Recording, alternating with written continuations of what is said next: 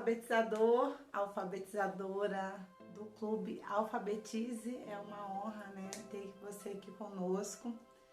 Vamos impactar esse mundo aí, ajudar essas crianças, adolescentes, adultos a aprenderem a ler e escrever. E você é um escolhido, você é uma escolhida. Se você está aqui, pode ter certeza absoluta, não é por acaso. Tudo que você vai aprender aqui não vai ser em vão e vai causar um impacto muito além do que você pode imaginar. Se você mudar a história de uma criança, de um adulto, ele vai mudar de outro e de outro. É uma cadeia do bem e eu estou muito feliz por fazer parte disso. Você começou com sua criança ou com seu adulto e agora nós vamos ensinar o som das letras, porque é muito importante, muito importante que eles possam ter essa consciência fonológica.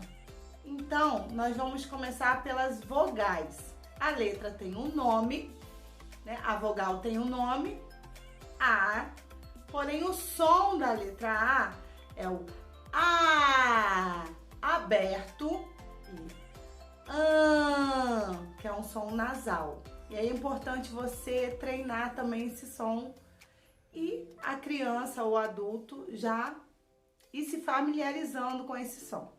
Então, mais uma vez, o som do A, o som aberto e som nasal. E agora tem a letra E. O nome da letra é, porém o som dessa letra é o E aberto, É. Então você vai fazer e pedir o seu aluno para te imitar, para fazer junto com você. É o som aberto. E é o som fechado. E o som nasal. Em.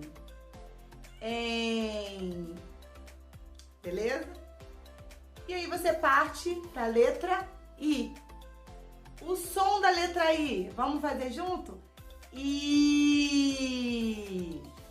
E tem o som nasal. In.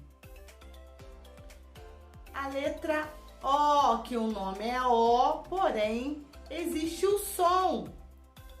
O som da letra O, o som fechado é O. Tá vendo bem redondinho?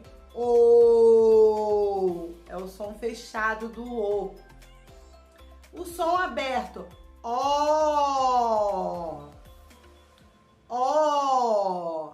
E o som nasal, ON. ON. E para finalizar, letra U. U. Olha só, a boca fica bem fechadinha. U. E o som nasal,